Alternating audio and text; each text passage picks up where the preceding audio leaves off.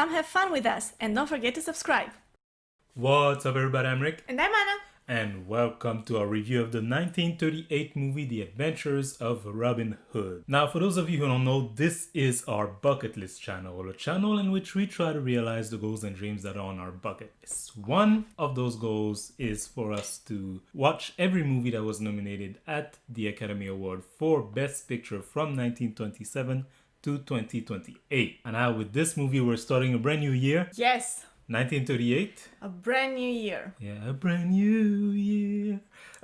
And as of now, we've watched 88 movies for this goal. And the latest of which is The Adventures of Robin Hood, the movie we're talking about today. Released on May 14, 1938, this Warner Brothers picture Technicolor film tells the story of the legendary Saxon Robin Hood, who, in King Richard's absence, leads a rebel guerrilla army against Prince John and the Norman lords oppressing the Saxon commoners. This is such a us against them kind of, storyline.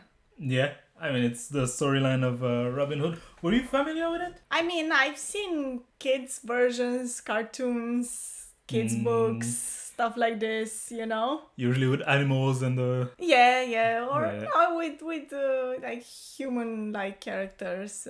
But cartoons, yeah. But, okay. yeah. So, you've watched this version, now the 1938 version. What did you think of it? Did you enjoy it?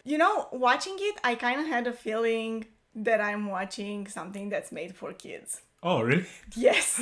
I'm not saying that because I know the story, I knew the story as a child.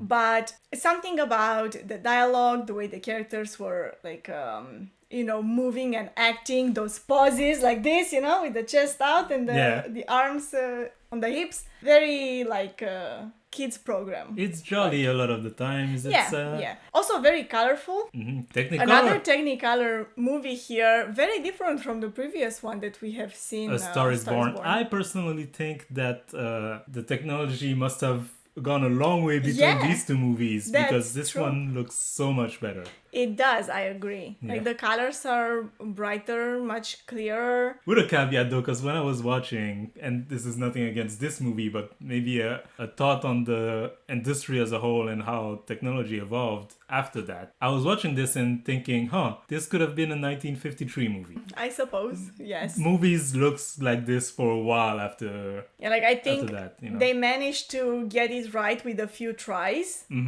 to get to this version, and then they stuck with it for a while.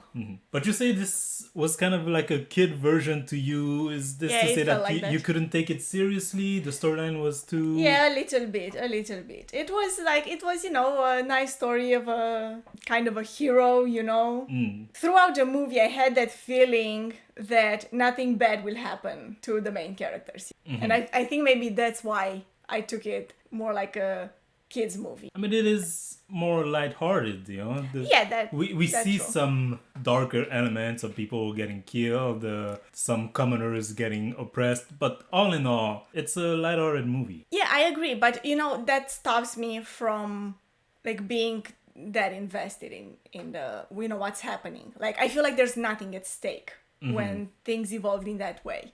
Because I know by the way the story is presented that everything will be okay in the end. Yeah, I can't deny that I never felt any kind of danger for Robin Hood or for anyone else. Right. Even when he gets arrested, that it's gonna end up great for him and his band. So in that sense, yes, I agree with you. But also I thought, I think I enjoyed this movie more than you did. I did enjoy the movie. I'm just saying... The lightheartedness doesn't take anything away from me. It's more just a style that they choose...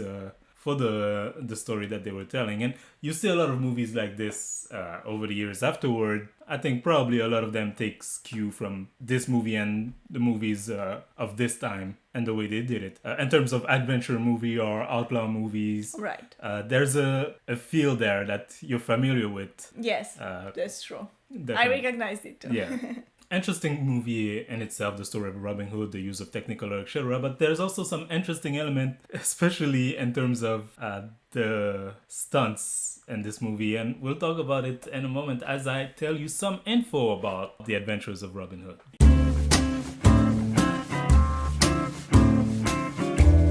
So this movie was directed by two directors, Michael Curtis, that we know from Captain Blood, and William Kingley. Now, remember Captain Blood? Yeah, We're gonna come I back do. to it a couple of times here. Movie stars Errol Flynn as Sir Robin of Locksley, or Robin Hood, that we also know from Captain Blood. This is our main character, and at the time when he did this role, he was so popular, the character and the role quickly became attached to him, like the actor and the role of Robin Hood. People identified him with Robin Hood for a long time. He was walking down the street and people would call him, "Hey, Robin Hood." But even in future, cultural references to Robin Hood, a lot of time it's this version that is referenced, or the actor himself. I mean, he is very fleshed out and he has a very flashy personality on screen. So I guess, I can see that happening definitely. Yeah, even though this was not the first cinematic version of Robin Hood. He's also, from what I've seen in this movie, I mentioned it already, but I consider it to be a, hero type of movie. I know Robin Hood is not a hero in the traditional sense because he's an outlaw. An outlaw, yeah. So, but the way he's presented here, he is very much a hero, He's definitely, fighting for the people who need saving and against the oppressors. So. Which is usually the character who just blurs the line of legality in order to do what he needs to do. I thought that he was really enjoyable to watch in the sense that he was cool. The character needed to be cool and he was cool. Yeah. When you say you never felt that he was ever in danger, a lot of that had to do with the way he played the character too. True. When the movie starts and he just gets into Prince John's reception and starts shouting insults and accusations at the people there, even though he's surrounded and he sees that the guards are approaching, he doesn't seem worried. Yeah. And because of that, we don't worry either. And he never really feels to struggle too much, Yeah. Even when he's fighting or running around, or even when he's captured, he doesn't seem to be struggling, He's better than everyone else. He knows it. Yeah. And he makes the audience and the people inside the movie know it. Yeah. And so I thought that Flynn did a great job in that sense, playing the character. Movie also stars Olivia de Havilland, that we saw as Lady Marianne. We will remember her from A Midsummer Night's Dream and Captain Blood. Yes. Here we have a character that is very much, the damsel in distress. She needs saving a couple of times here in the movie, but she still manages to get involved and be productive to the overall, Yeah, she does quest. help. She does have her fair share of adventure, I would say, in this movie. She's one of the reasons they are able to help Robin escape after he's got captured, because she goes to see his band and tell them here's exactly how the execution is gonna go so that they can go and save him. Yes. She's also the one who warns them about the fact that King Richard is back, so she helps half of the time, and then the other half she's in need of rescue, which I guess it's a trope. But what did you think of her performance? I thought she did a good job at portraying this character. I feel like the character was, again, very story-like. She was in the wrong, and then she ends up helping them and, doing the right thing. This exact trajectory. Exactly, it's the trajectory of this type of a character. So no surprise. Yeah. We also have Basil Rathbone as Sir Guy de Gisborne, who we saw in David Copperfield, A Tale of Two Cities, Romeo and Juliet, and Captain Blood. And so this is a movie that pretty much, and I guess at the time, a lot of these actors are attached to the studio and it's the same studio. So, but you just pick them from one movie, kind of similar movie in terms of genre. Yeah. Not the story, but an adventure movie to another adventure movie. With outlaws trying to do the right thing. Yeah. We also have Claude Rains as Prince John from Anthony Adverse and Alan Hale as Little John from It Happened One Night. Something interesting with Alan Hale playing Little John. He had played the same character in the 1922 version of Robin Hood and then played him again in the 1950 Rogues of Sherwood Forest, another Robin Hood movie. So he played the character 3 times in a span of 28 years. That's long apart. I think maybe the studio really identified him with the. Well, the third one was Columbia, it wasn't Warner's anymore. Oh, okay. Speaking of Warner's, this was actually a very extravagant and onerous production for Warner Brothers Studio, which usually was more recognized at the time for making socially conscious and low-budget gangster movie. But their previous adventure movies with Flynn, like Captain Blood, had made so much money that they wanted to capitalize on that and made Robin Hood. Did they succeed? Yes, this movie was a commercial and a critical success, which some people working on the set might not have seen coming because there was some safety concern, or maybe not concern, but when you look back on it, you might have think that those things were concerning. First of all, in the movie, a lot of people get shot with arrows, right? Robin Hood, of course. Stuntmen were padded with wood and metal plate and were paid $150 per arrow for someone to shoot at. They were actually shot with real arrows? Yes, the archer Howard Hale shot arrows at people that were protected with wood and metal plates. Okay. How much? $100 per arrow? $150 per arrow. Wow, okay.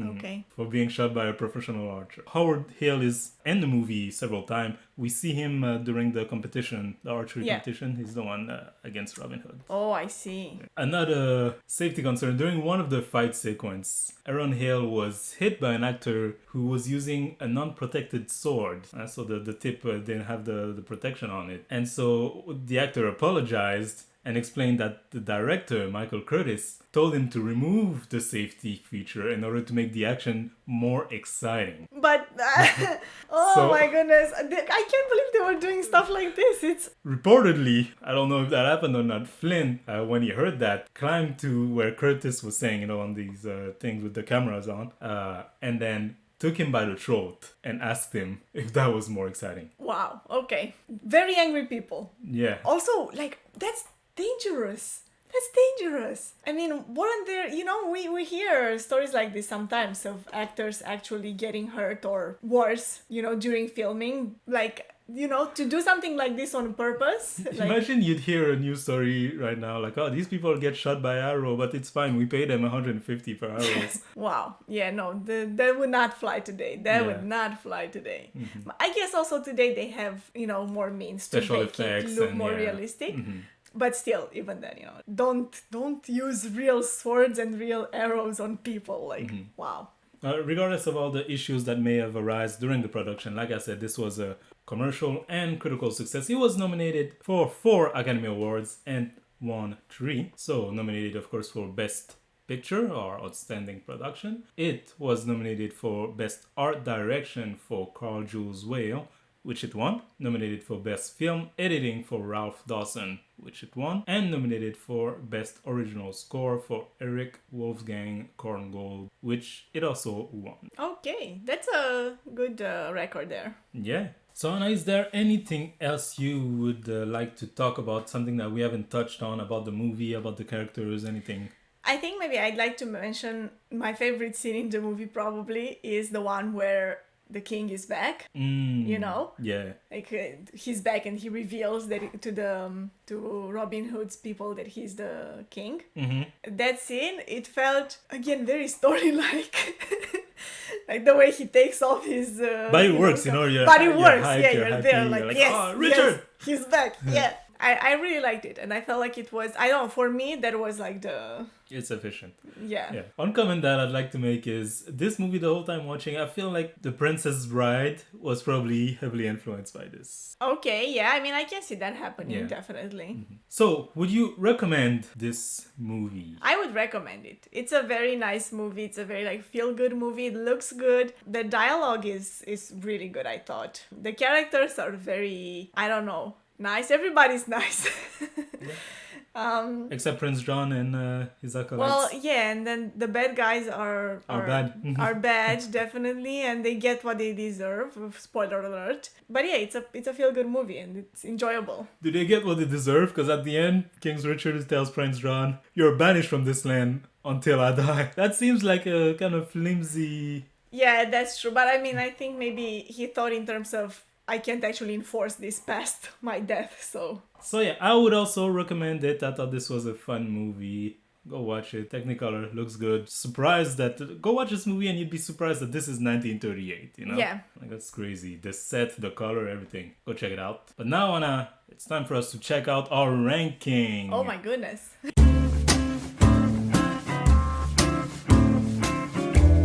Because for every Academy Award year that we review, we also rank the movies in that year. And today we're starting with the 11th Academy Award, the 1938 one. And well, since we're starting, we've only watched the first movie of that year, The Adventures of Robin Hood. So it's not that hard to rank it. It's going to be number one. Yeah. Number one. But I guess It's number one. I could ask you, do you think, we haven't seen the other movies, but do you think it's going to stay number one? I mean, it's hard to tell, really. It's a good movie. I do think we're gonna have better movies. In general, we do. With deeper stories, with more complex characters, things like this. Things that usually make us put a movie higher on the list. I'm sure we'll get something like that. But otherwise, I feel pretty good about this movie. I think it will stay pretty high in the ranking. Well, we shall see. Remember, Captain Blood was pretty high on our ranking that year. If you want to see more of these movie reviews, I invite you to subscribe to this channel. Comment in the comment section below if you have seen The Adventures of Robin Hood. What did you think of it? Like this video if you did. And don't forget, this is a bucket list channel, not just a channel about movies. So we do a lot of different things here. I watch anime, movies, games, travel, self-growth, etc., etc. The list is long. Check out some of our other videos. And don't forget that if you yourself have a goal or a dream that you'd like to realize, take that first step. Bye-bye.